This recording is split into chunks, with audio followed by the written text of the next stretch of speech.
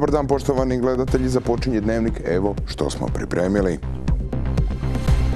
Unatoč sve većim troškovima, autobusni linijski prijevoz na području Osječko-baranjske županije ostaje na životu. Župan najavio novi natječaj za izvođača, ali i subvencije. Drugi ovogodišnji rebalans đakovačkog proračuna, grad odustao od kreditnog zaduženja, rastu plaće gradskim službenicima i zaposlenicima. Obilježavanje Dana osječkih branitelja započelo izložbom te sporazumom o suradnji s veteranskim udrugama iz BiH i iz Kosova. Preuzimanje predmeta koji uključuju nekretnine u vlasništvu RH od strane jedinica lokalne i regionalne samouprave te autobusni linijski prijevoz na području županije bile su glavne teme koje su obilježile novu koordinaciju župana Osječko-baranjskog s gradonačelnicima i načelnicima. Javni prijevoz, ne samo negradski, u Hrvatskoj je oduvijek i socijalna kategorija jer je po prirodi stvari neisplativ, ali nužan. Iznimka nije ni Osječko-baranjska županija koja je zbog svoje velike površine u odnosu na broj stanovnika dodatno izazovna. Mi smo naručili studiju koja bi trebala biti gotova do kraja 7. mjeseca, nakon čega ide na usvajanje na županijsku skupštinu, dakle studija prometovanja, odnosno linijskog prijevoza na području cijele županije. Kako znamo da je naša županija teritorijalno vrlo velika i raširena, tako i imamo veće potrebe i velike potrebe za linijskim prijevozom, odnosno osigurati pravovremeno i dostupno svim našim sugrađanima. Sama studija uvod je u ono što slijedi. Odabir izvođača za iduće razdoblje putem natječaja koji se po zakonu mora podići na najvišu razinu.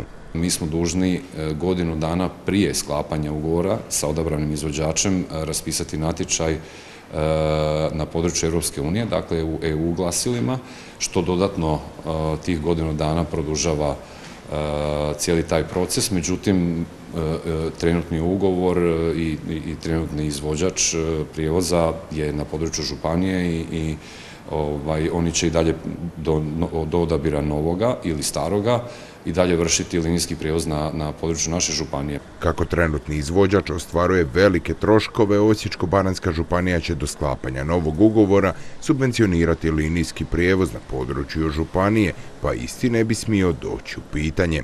Još jedna od aktualnih tema su i nekretnine u vlasništvu Republike Hrvatske. Nova zakonska regulativa, budući da smo u travnju dio predmeta preuzeli od Republike Hrvatske, kroz naš upravni odjel preuzimat ćemo naravno i u buduće i pročelnica upravo u ovom trenutku pojašnjava jedinicama lokalne samouprave što nam donosi ta zakonska regulativa. Radi se o nekretninama, dakle, na području Osječko-baranjske županije izvan grada Osijeka, budući da grad Osijek kao velika jedinica lokalne samouprave preuzima od Republike Hrvatske na svom području nekretnine. A to spuštanje raspolaganja nekretninama na jedinice lokalne i regionalne samouprave ubrzat će njihov promet.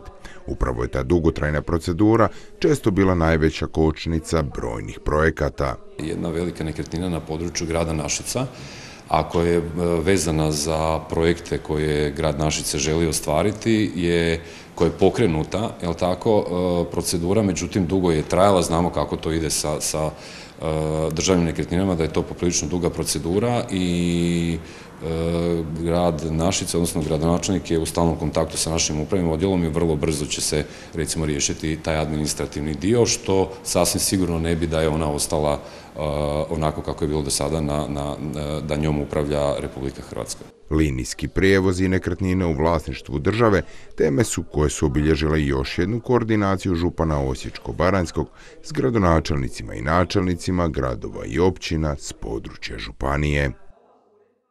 U Đakovu je održana 18. sjednica gradskog vijeća na kojoj je izglasan novi rebalans proračuna koji je smanjen za 2,5 milijuna eura te sada iznosi 31 milijun. Od sljedećih 8 točaka dnevnog reda svakako treba izdvojiti onu po kojoj će već od idućeg mjeseca biti povećane plaće zaposlenima u gradu Đakovu i ostalim gradskim ustanovama. Središnja tema 18. sjednice Gradskog vijeća grada Đakova bio je drugi ovogodišnji rebalans gradskog proračuna do kojeg dolazi iz nekoliko razloga. Zaključili smo da nam ne treba kreditno zaduženje za financiranje rekonstrukcije ulice Matije Gupca, te za izmjenu javne rasvjete na LED rasvjetu i za izgradnju još javnih rasvjeta u 4 velike ulice. Dodatnim uštedama u proračunu i dobrim punjenjem proračuna poreznih prihoda zapravo uspjeli smo preraspodijeliti, nam ne treba kredit. Već će se navedeno financirati vlastitim sredstvima. Proračun se nešto smanjio, znači sa 33,5 na 31 milijun eura. Kažem, nema tog kreditnog zaduženja, nego je to prebacivano na vlastite izvore, onda zapravo ispada da proračun se nešto i smanjio. Osim rebalansa proračuna, na dnevnom redu ove sjednice vijećnici su prošli još 8 točaka. Novi koeficijenti za gradske službenike, nakon što je država proljetos povećala plaće svojim službenicima i namještenicima u javnoj državnoj upravi, danas će od idućeg mjeseca bi trebali biti dodatno veće plaće u službenicima u gradu Đakovu te zaposlenicima naših gradskih ustanova. Otprilike smo se vodili logikom kao što je država radila. Znači oni zaposlenici sa nižim primanjem bi trebali imati veće postotno povećanje plaće u odnosu na one zaposlenike sa višim primanjem, znači visoke stručne spreme. Vijećnici su također razmatrali i prihvatili izvješća o izvršenju i ostvarivanju programa održavanja komunalne infrastrukture, programa građenja komunalne infrastrukture, te programa javnih potreba u kulturi, sportu, predškolskom odgoju i tehničkoj kulturi na području grada Đakova za 2023. godinu. Također danas ćemo konačno donijeti odluku o uspostavljanju urbanističkog plana uređenja naselja Sjever 2. Prije 6 mjeseci na vijeću smo donijeli odluku o pokretanju postupka, od danas to završavamo, tako da će svi ljudi koji žive na tom području, investitori, vlasnici zemljišta, po novim urbanističkim pravilima moći graditi na prostoru Sjevera 2. Na sjednici je također razmatran odabir najpovoljnijeg ponuditelja za davanje koncesije za obavljanje dimnjačarskih poslova za određene dijelove grada. U okviru obilježavanja Dana branitelja grada Osijeka, Dana dragovoljaca Osječko-baranjske županije i Dana 106. brigade Zbora narodne garde, svečano je potpisan sporazum u suradnji Udruge veterana 106. Osječke brigade, Udruge dragovoljaca veterana Domovinskog rata Hrvatskog vijeća obrane podružnica Orašje, te Udruge veterana Oslobodilačke vojske Kosova iz Mitrovice. U sklopu programa obilježavanja Dana branitelja grada Osijeka, Dana dragovoljaca Osječko-baranjske županije i Dana 106. brigade Zbora narodne garde Republike Hrvatske, svečano je potpisan sporazum u suradnji Udruge veterana 106. brigade ZNG-a Osijek sa srodnim braniteljskim veteranskim udrugama iz susjedne Bosne i Hercegovine te Kosova. Svečanom potpisivanju trilateralnog sporazuma prisustvovali su i čelnici županijske i gradske uprave. Odličan sporazum, odnosno odlična ideja, sporazum o suradnji 3 različite udruge, dakle Hrvatske vojske, veterana naše 106. brigade, 106. brigade Hrvatskog vijeća obrane iz Orašja i Oslobodilačke vojske Kosova, odnosno veterana Kosovske vojske. Drago mi je da će i ovim sporazumom, iako je suradnja ostvarena, da će dodatno osnažiti njihovu suradnju i naravno kroz taj sporazum ostvariti i mnoge potencijalne projekte vezano za zbrinjavanje ratnih stradalnika, veterana i naravno obitelji, upravo onako kako mi to radimo i na području naše županije i na području Republike Hrvatske. Meni je iznimno drago što danas imamo goste u Osijeku iz Mitrovice, dakle također iz Orašja, iz BiH i mogu im i ovim putem još jednom poželjeti dobrodošlicu u grad Osijek. Iznimno mi je drago i čast mi je što su ovdje u okviru obilježavanja Dana osječkih branitelja. Dakle, oni su ovdje gosti kako grada Osijeka, tako Osječko-baranjske županije, ali prvenstveno naše udruge veterana 106. brigade Zbora narodne garde Republike Hrvatske. S njima i potpisuju ovaj sporazum o suradnji.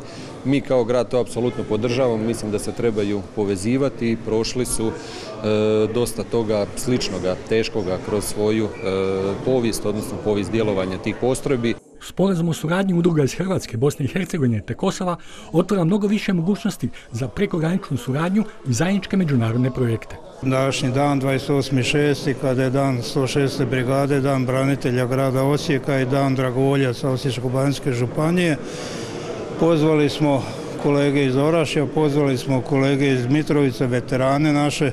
Mi smo već bili na Kosovu i potpisali smo jedan sporazum, međutim sada ćemo trojno potpisati. Znači kolege iz Orašja sa kolegama iz Mitrovice i mi sa kolegama iz Orašja. Tako da ćemo imati jedan sporazum o suradnji s kojim zajedno možemo sudjelovati na svim europskim projektima. Za nas znači jako puno, ovo jedan je povijesni događaj gdje će nam otvoriti vrata daljnjim suradnjama i očekujemo puno oko prekogranične suradnje sa prijateljskim albanskim braniteljima. Jako jedna dobra stvar gdje ćemo nastaviti sa radom i očekujemo puno od ovoga projekta.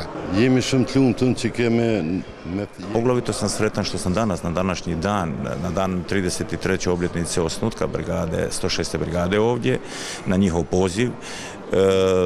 Drago mi je što ću saznati malo više o pravima veterana. Drago mi je što sam vidio kako Hrvatska skrbi o veteranima i o njihovim grobnim mjestima, pa i o spomenicima.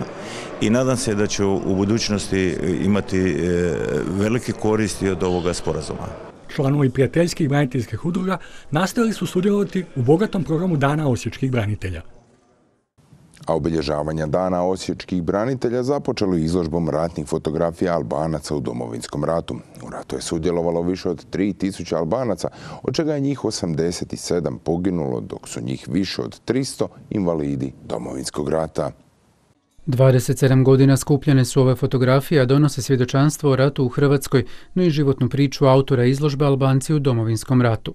Svakog trenutka još uvijek se živo sjeća. Kako se neću sjećati, to je bilo davno, 92. i 93. Na 3 puta sam ukupno ranjen sve do 95. godine. Prvo moje ranjavanje je bilo od gelera, od minobacačke granate. Drugo ranjavanje je bilo od pješačkog naoružanja koje sam dobio 4 metaka, što je ova fotografija pokaziva. Poslije 27 dana kome koje sam se probudio, tu pokraj mene je trudna moja supruga i 2 moja suborca. Jedan moj vjenčani kum, a drugi koji je bio najvjerniji moj pripadnik moje postrojbe, Josipko, koji se vidi tikom da ti 27 dana nije se micao zbog kreveta. Potrudili smo se da i od zajednice Albanaca dobijemo taj određeni broj fotografija. Radi se o 52 slike koje su skupljene 20 godina i evo sada smo dobili da ih upotrijebimo. Izložba je nastala kako bi se očuvalo sjećanje na žrtvu koju su Albanci u Hrvatskoj podnijeli, kako bi njihov dom bio slobodan, kako bi njihova druga domovina bila neovisna. Potaknuo mi brojni Albanci koji su sudjelovali u Domovinskom ratu. Ne manji broj nego preko 3000 dragovoljaca.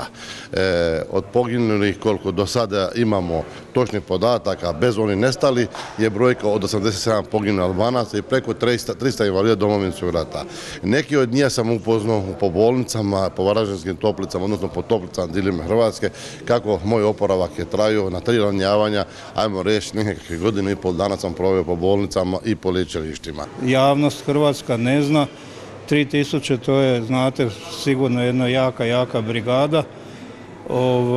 Imali su oni svoju dragovoljačku brigadu. Odužili su se, znači prihvatili su Hrvatsku kao svoju domovinu i sudjelovali su kao branitelji u njenoj obrani. Hvala im na tome. Ono što mi možemo sada napraviti da pokrenemo postupke priznavanja jer su oni svi dragovoljci. Otvaranje ove izložbe označilo je početak programa Dana osječkih branitelja, Dana 106. brigade Zbora Narodne garde RH i Dana Hrvatskog dragovoljca Osječko-baranjske županije. Na taj dan, evo, mi se sjećamo 1730 poginulih građana Osijeka, 197 poginulih iz naše brigade. I evo, ovo je jedan od načina na koji obilježavamo i taj dan. Uz izložbu su predstavljene i knjige Kanon Leke Dukadžini, običajni zakonik Albanaca i istaknute albanske žene, autorice Edi Šukriju.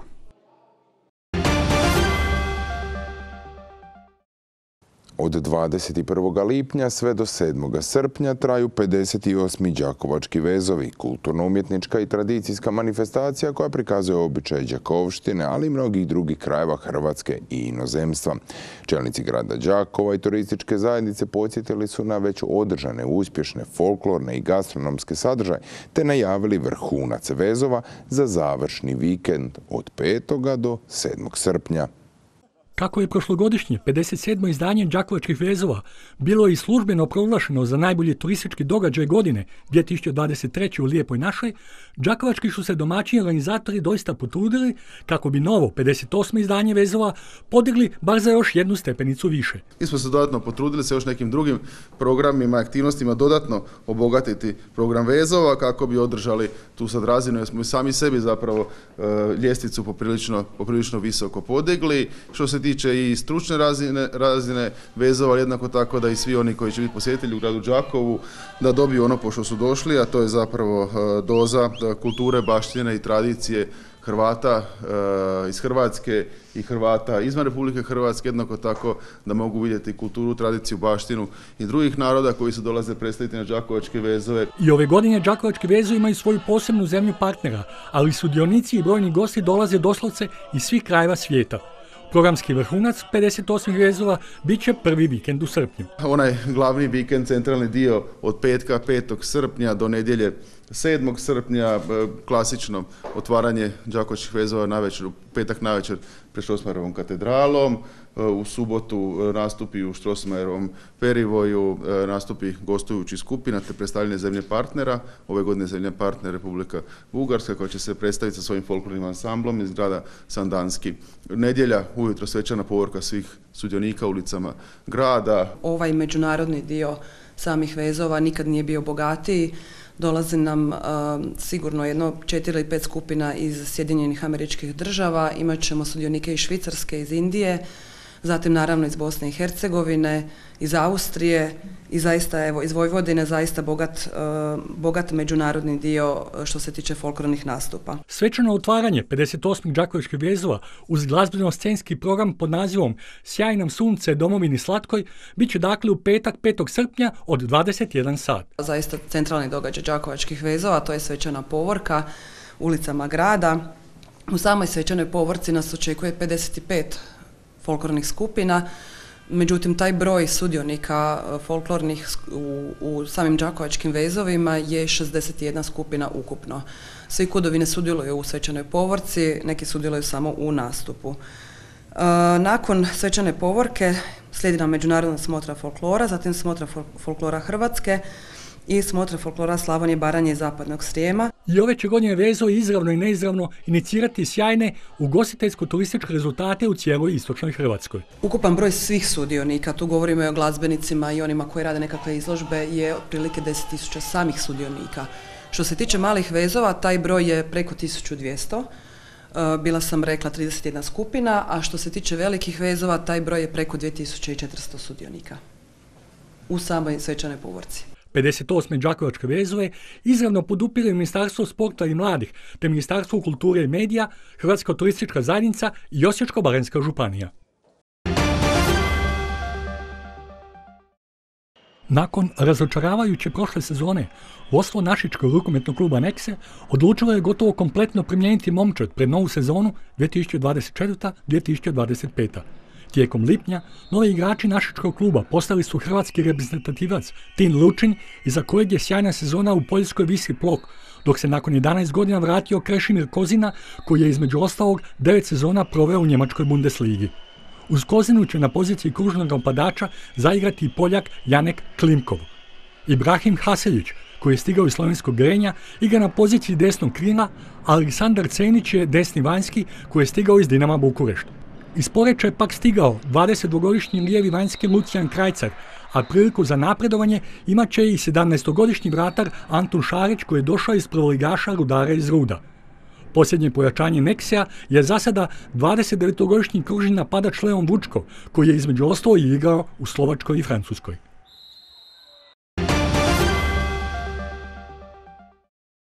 U subotu pretežno sunčano i većinom vruće. U unutrašnjosti zemlje puhat će slab vjetar. Jutarnje temperature zraka na kopnu će se kretati između 16 i 22, a u najtoplijem dijelu dana očekuje se između 30 i 35 Celzijevih. Pratili ste Dnevnik. Hvala na pozornosti i ugodan vikend.